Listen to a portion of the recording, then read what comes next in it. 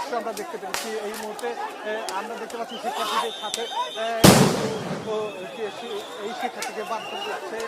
যারা শিক্ষার্থী ঢুকে পড়েছে তাদেরকে বের করে নেওয়ার জন্য, কারণ আমরা দেখেছি সচিবালয়ের ভেতরে সচিব থেকে শুরু করে বিভিন্ন ধরনের গুরুত্বপূর্ণ যারা কর্মকর্তা রয়েছেন তারা আটকে পড়ে আছেন এবং তাদেরকে পরবর্তীতে শিক্ষার্থীদের সরিয়ে দেওয়ার পরে তারা বের হয়েছেন এক এক করে। পেছনের দরজা দিয়ে কেউ বের হয়েছেন, কেউ সামনের দরজা দিয়ে বের হয়েছেন। আমরা এমন দৃশ্য দেখেছি, পরবর্তীতে শিক্ষার্থীদের আমরা দেখেছি 3 অংশে সরিয়ে দেওয়া হয়েছে। একটি অংশ তারা সরিয়ে দিয়েছে তারা, আমরা দেখতে পেয়েছি যে অংশটি সরিয়ে দেওয়া হয়েছে। সেদিকে আবার দেখতে পাচ্ছি আরেকটি শিক্ষার্থী সামনে চলে এসছে এবং সে কোনোভাবেই তারা বাঁধতে চাচ্ছে না এবং তারা করতে চাচ্ছে। আইন শৃঙ্খলা রক্ষাকারী বাহিনী এই শিক্ষার্থীকে মারধর করছে। সে এক শিক্ষার্থীকে যিনি সামনে চলে এসছেন এবং তাকে ধরে এসে তাকে গ্রেফতার করছে, এমন দৃশ্য আমরা দেখতে পেরেছি এই মুহূর্তে। আমরা দেখতে পাচ্ছি শিক্ষার্থীদের সাথে এই শিক্ষার্থীকে বাদ করে যাচ্ছে এবং যেই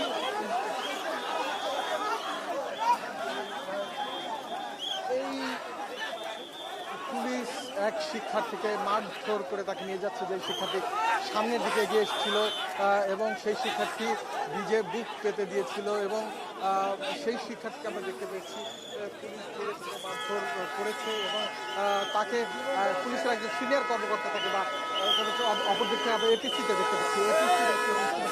সামনে দিকে যাচ্ছে এবং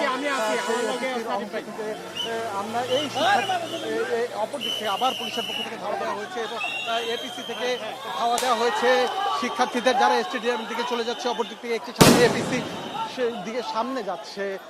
এই অবস্থায় এই এলাকায় রণক্ষেত্র পরিণত হয়েছে। ইট পাটকেল নিক্ষেপ থেকে শুরু করে সবকিছুই এখানে চলছে। মুহুর্মুহু এবং সেই ধাওয়ায় আমরা দেখতে পাচ্ছি যে শিক্ষার্থীদের এই মুহূর্তে স্টেডিয়ামের ভেতরে সরিয়ে দেওয়া হচ্ছে এবং অপর দিক থেকে পুলিশের অবস্থা এই মুহূর্তে রয়েছে 0 পয়েন্টের মাঝে।